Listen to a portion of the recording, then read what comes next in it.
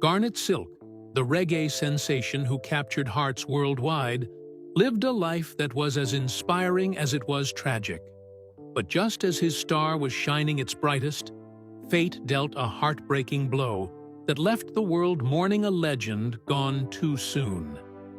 In this video, we'll uncover the untold story of Garnett Silk's life, his groundbreaking career, the circumstances surrounding his untimely passing, and the legacy, including his net worth, that continues to inspire fans around the globe. Stay with us as we celebrate the life and legacy of a true reggae icon. When Garnett Silk died in 1994 at just 28 years old, he was not only at the peak of his fame in Jamaica, but had also made a name for himself internationally as one of reggae's brightest rising stars. At that time, successful reggae artists were believed to earn anywhere from $100,000 to $500,000 a year, through a mix of album sales, live performances, and royalties, though exact figures varied based on individual contracts and management deals. Given Silk's growing reputation, it's reasonable to estimate that his net worth approached the higher end of that range, around $500,000.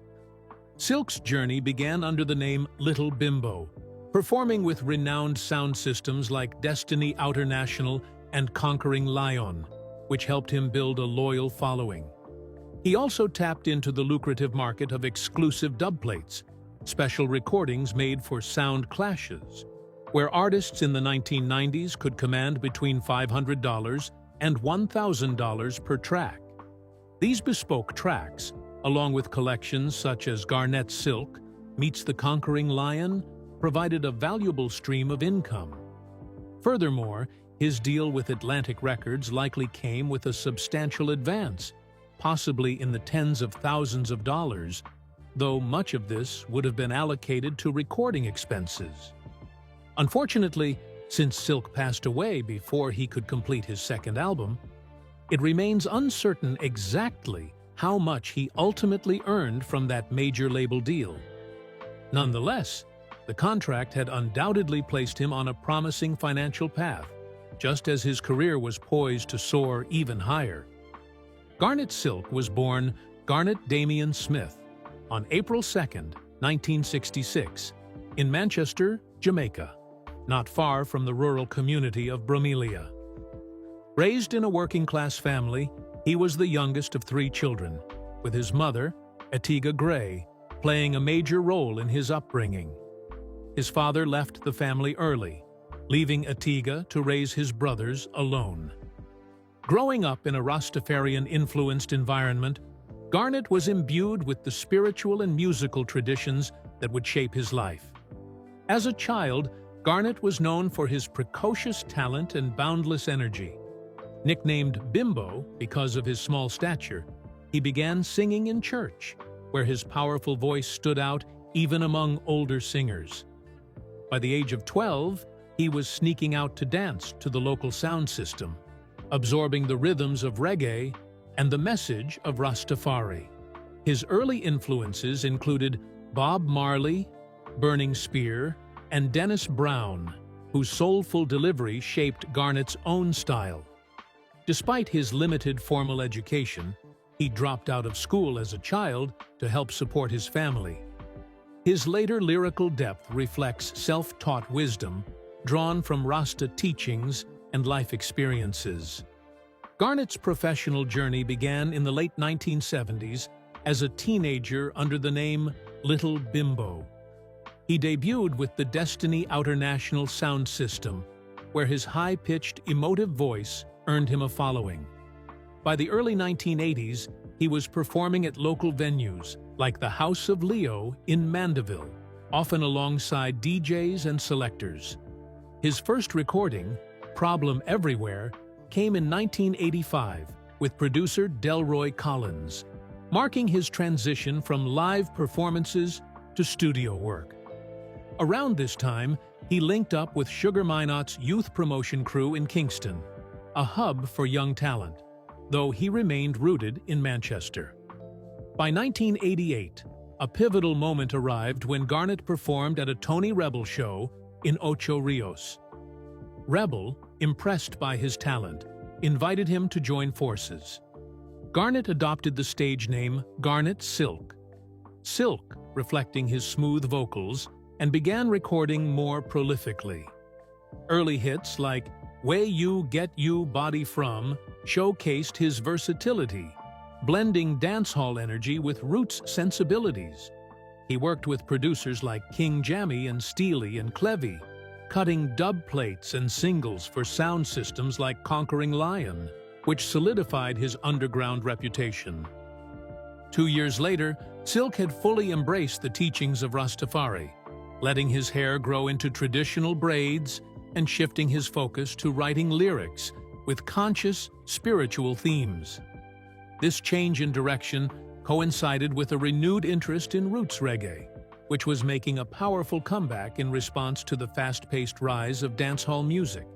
His breakthrough came in 1992 with the release of It's Growing, an album produced by the legendary Bobby Digital Dixon for VP Records. The title track, along with the heartfelt single Place in Your Heart, quickly climbed the Jamaican charts and captured the attention of listeners far beyond the island.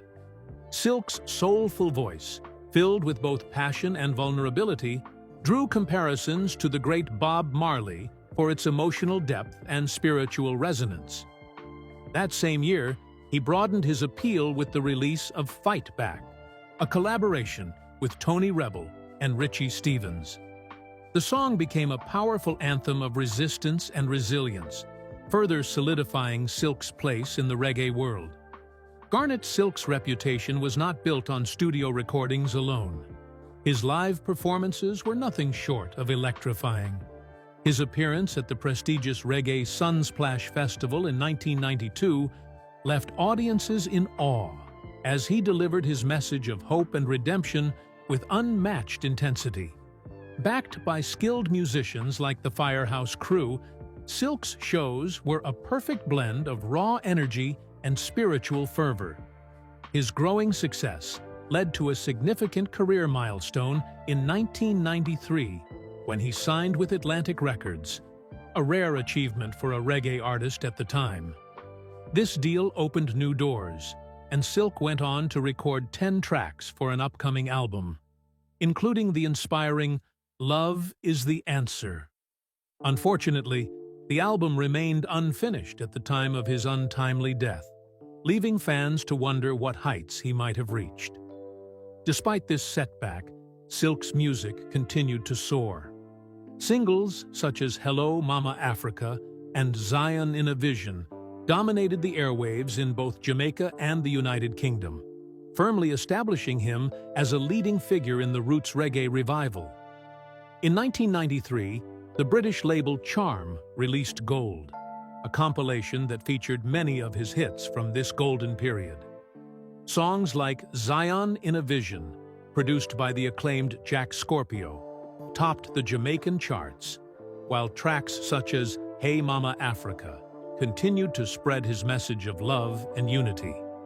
Silk also worked with the iconic production duo Sly and Robbie, recording deeply spiritual songs like Thank You Jah and the haunting Green Line. However, the relentless pace of his career began to take a toll. While performing at the Ritz in New York City, Silk collapsed on stage due to low blood pressure and sheer exhaustion. Doctors ordered him to cancel all performances for the following 6 months, including his highly anticipated debut at Reggae Sumfest. For an artist on the cusp of international stardom, it was a devastating blow. Yet, true to his resilient spirit, Silk made a strong recovery in 1994. Reunited with producers Steely and Clevy, he recorded Love is the Answer, which quickly became another major hit. He followed this success with Fight Back, produced by Richie Stephens, a track that echoed his enduring message of perseverance. By the time Garnett Silk returned to the stage, he was more determined than ever. He headlined both Reggae Sumfest and Reggae Sunsplash that year, delivering unforgettable performances that captured the hearts of fans worldwide.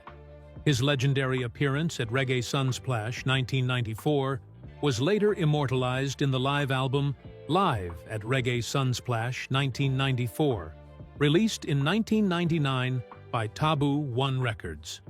While many artists of his stature might have sought luxury and extravagance, Silk remained grounded. He split his time between Kingston, Jamaica's bustling capital, and the quieter, rural setting of Manchester Parish, where he had built a modest home for his beloved mother. Family was deeply important to him, and he prioritized their well-being over public attention. Silk was a father to 7 children, born to different partners throughout his life. His relationship with his fiancée, Novlin Lovey Banton, was particularly significant. Together, they had a son, Garnett Silk Jr., who was born just 1 year before the tragic death of his father. Following in his father's musical footsteps, Garnett Silk Jr. embraced reggae, keeping the family's musical legacy alive with heartfelt tracks like Mama and Promised Land.